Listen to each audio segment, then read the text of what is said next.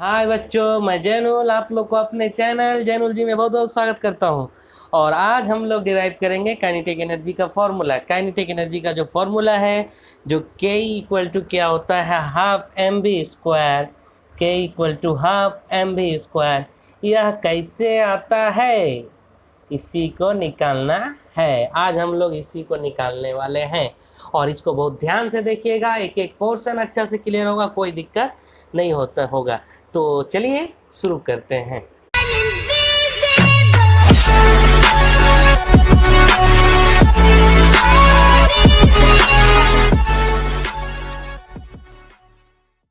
Suppose करिए कि क्या है, एक ऑब्जेक्ट है,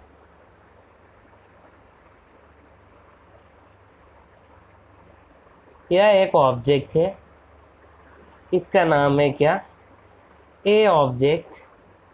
ठीक है, इसका मास क्या है इस ऑब्जेक्ट का, इसका मास है एम, और यह ऑब्जेक्ट v वेलोसिटी से मूव कर रहा है। इस ऑब्जेक्ट को रोकने के लिए फोर्स लगाया गया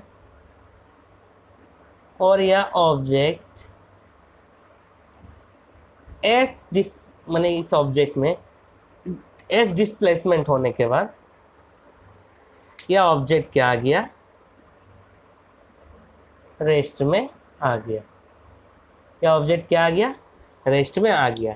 इस ऑब्जेक्ट में कितना डिस्प्लेसमेंट होने के बाद, एस डिस्प्लेसमेंट होने के बाद यह ऑब्जेक्ट क्लियरली रेस्ट में आ चुका है।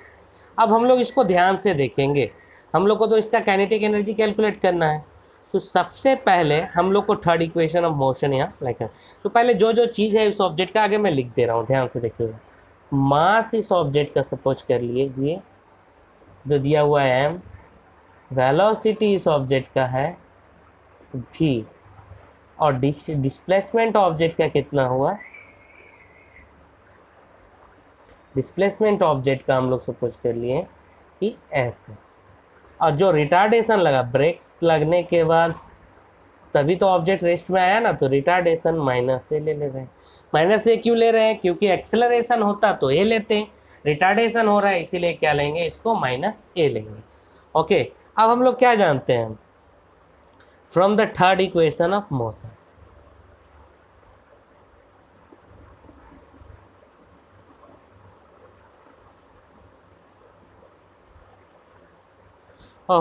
हम लोग क्या जानते हैं कि v स्क्वायर इक्वल टू क्या होता है, equal to U square plus 2as होता है। तो यहाँ तो ऑब्जेक्ट आने के बाद फाइनली वहाँ तो ऑब्जेक्ट जीरो हो जा रहा है ना, उसका वेलोसिटी, तो ऑब्जेक्ट का फाइनल वेलोसिटी जीरो हो जा रहा है।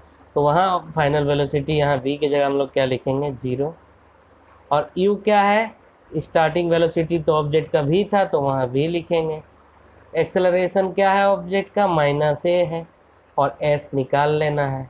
ठीक है, तो हम लोग अगर इसको बैठाएं, कि जो मान लीजिए कि हमारा पहला इक्वेशन 1 है, तो इसमें सारा वैल्यू अगर बैठाएं तो क्या आएगा। तो पहले इसमें अगर हम लोग बैठाते हैं तो ध्यान से देखिए, जीरो का स्क्वायर, u मतलब क्या, v का स्क्वायर, 2a मतलब माइनस ए इंटू एस मतलब zero equal to b square minus 2as। यहाँ से क्या आ जाएगा, 2as equal to v square, मतलब s इक्वल टू क्या आ जाएगा, we square by 2a। Equation 2 हो गया। s का वैल्यू हम लोग का क्या आ गया, वी स्क्वायर बाई 2a आ गया। ओके, अब एक चीज़ और ध्यान से देखिएगा, जब ऑब्जेक्ट अगर इधर से इधर जा रहा है, मैंने यहाँ एस डिस्टेंस मैंने एस डिस्प्लेसमेंट ट्रेवल करने के बाद ऑब्जेक्ट की क्या हो गई, मतलब कि उसका वेलोसिटी जीरो हो गया एस डिस्प्लेसमेंट ट्रेवल करने के बाद। मतलब यहाँ से यहाँ तक जाने में जो फोर्स लगा, उस ऑब्जेक्ट को रोकने के लिए जितना एनर्जी कंज्यूम हुआ ना, जो वर्क डन हुआ, मतलब यहाँ से यहाँ तक ऑब्जेक्ट को जाने में जो रोकने के लिए जो है माने कि वर्क लगा, जो वर्क डन हुआ, वही उस ऑब्जेक्ट का क्या हुआ, काइनेटिक एनर्जी होगा। तो अगर हम यहाँ से यहाँ तक जाने माने कि ऑब्जेक्ट को रोकने में, यहाँ से यहाँ तक रोकने में ऑब्जेक्ट को जो वर्क डन किया गया, अगर हम उसको कैलकुलेट कर लेते हैं तो हम लोग क्या कर सकते हैं, उसका एनर्जी को भी बहुत ईजिली ही निकाल सकेंगे। तो वही काइनेटिक एनर्जी, उसका काइनेटिक एनर्जी भी बहुत ईजिली निकल जाएगा।